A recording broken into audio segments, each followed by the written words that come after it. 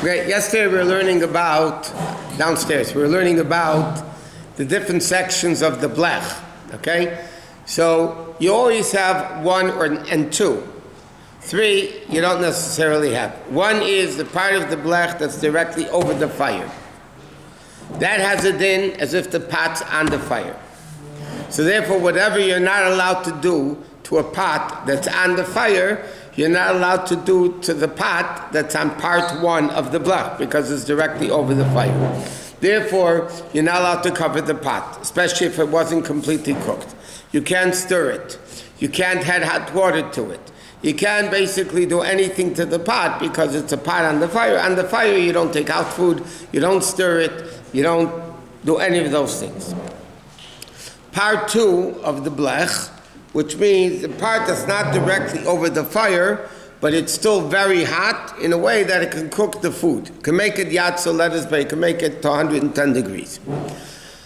So part two is much easier because, again, things that you're not allowed to do on part one, you could do on part two. So for instance, what happens if you took the Cholent pot off the fire, okay, and you served it, and then you're putting it back, and then you realize they didn't cover it yet. So halachically, what is the easiest thing to do? You move it to part two of the Blech, and then you cover it, and then you bring it back to part one. Because halachically, from part one to part two, and two to one, you can move it whenever you want, because in that din, they're similar. It's very hot, it can make it yatso lettuce bay, it could cook. So therefore, one and two are movable, one to each other. But the advantage is part two of the Blech, which is not directly over the fire, so then you can add water to the Cholent. So let's say the Cholent is very big, and you can't take it off the Blech, it's too big. So then you can't do it with an urn, obviously, because there's no way of getting the urn there. But let's say you have a kettle, okay, and you want to add hot water to the Cholent Shabbos morning, not only Shabbos morning, not Friday night. Shabbos morning, you want to add water to the Cholent because the Cholent was burnt, or whatever. It needs water, it's very thirsty, it needs water. So then, again, if you do it sideways, so then you can pour from the kettle directly into the Cholent. Or if it's a meat kettle, then you could just pour it into the Cholent, but that's on part two of the Blech, not on part one. And then after you filled up the water in part two, then you can move it over to part one. Okay, that's as far as, now part three of the Blech, which again depends how big your fire, how big your Blech is, how big the fire is. Many times, again, if this is the Blech, and you have a fire here, in this corner, and so sometimes this part of the Blech, which is the most distant away from the fire, is not that hot. Again, depending the size of your fire. So then this part of the Blech might not be hot at all. And this part of the Blech can never become yatso lettuce bay, can never become cooked. So then technically you can put stuff on that part of the Blech. But you can't move from 3 to 2 to 1. And not only that, but if you move the food from part 2 of the Blech to part 3 of the Blech, or then you might have an issue moving it back. But usually many times the whole Blech would be very hot. If you touch it, you'd burn your hands. So therefore, most of it you only have 1 and 2 in the parts of the Blech. What about electric Blech? Does it have the din of the plata, again, electric hot plate, that's what you're talking about. Hot plate, there's 2 types of hot plates. There's one hot plate that you just plug it in, it doesn't have knobs to make higher or lower. Okay? So that, as far as leaving food on the Blech before Shabbos, because you can't ever change to make the fire bigger or smaller, so then you wouldn't need a Blech even if the food is not half cooked. Okay? Because you can't make the fire bigger, it's just not shaykh. But as far as putting stuff back on that hot plate, then you would need a Blech. Now what would be a Blech? You could put a piece of aluminum foil, anything. It could be anything that separates the fire from the pot as a recognition that you shouldn't. But again, as far as chazara goes, has not be turning the food, has nothing to do if the food will, it looks like cooking. Not, you can't put food on that part of the blech because it looks like cooking, not because you're going to make the fire bigger or smaller. What? Even if you hold your hand on it? Doesn't matter. So you have to put something on top of the electric blech as a cover?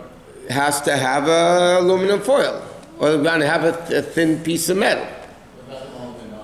Huh? Then ideally you have to cover the knob also.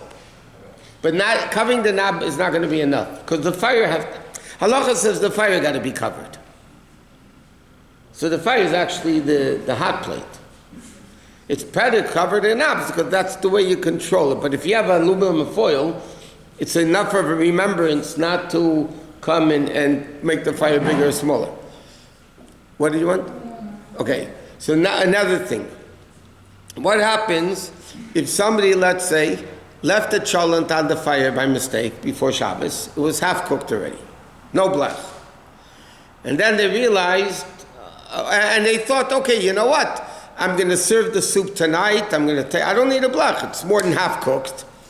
Okay, I'm just going to take it off and serve it, and that's it. Then you realized when Shabbos started already, guests are coming later, so I'm going to need to keep the kettle on the fire, or the cholent on the fire, the soup on the fire, and I'm going to have to put it back. But you don't have a blech. So what can you do? Halachically, you're allowed to put a blech on Shabbos. So in other words, what happens if I have a cholent on the fire, okay, and it's cooking, it's all cooked, let's say half cooked, it doesn't, as long as it's half cooked, it's not a problem. And now I realized I need to put it back. So on Shabbos you could take out the blech, the metal, and pick up the pot, put the blech on. Now you have to be careful when you put the blech on that you don't extinguish the fire. And also you have to be careful in that case, if it's a very thin, let's say, piece of aluminum foil, the aluminum foil is going to melt in that fire. So then you're cooking, again, what is cooking? Changing the texture of something through fire. So anything that you're going to melt on Shabbos with heat is forbidden. It's cooking, the malacha of cooking.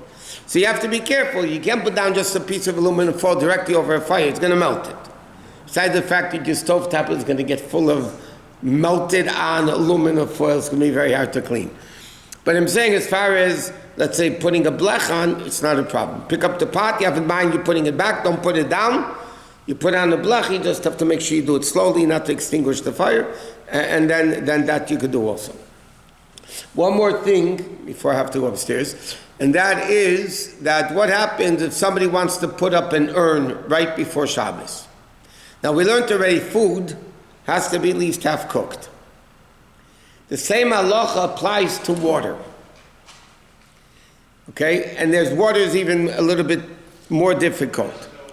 When I put up an urn of water, let's say you have a 30-cup urn. And let's say it takes a minute a cup. That's what I think the average is. Whatever, if you're 30 cups, it's 30 minutes to heat it up. So before Shabbos, you have to make sure you put it up at least 15 minutes before Shabbos, that half of it's going to be cooked. Otherwise, you can't. Not only that, if the water is not completely boiled before Shabbos, the water is not completely boiled, and now you want to take out hot water from the urn before the urn was completely cooked, that also you wouldn't be allowed to do. Why? Because when you take out water, you're making less water in the urn, so the urn's going to cook quicker, because there's less water to cook it. So when you take out water, if the urn is not completely cooked, you're going to take out water, so then you're going to end up cooking the remainder water that you're not allowed to do. Okay.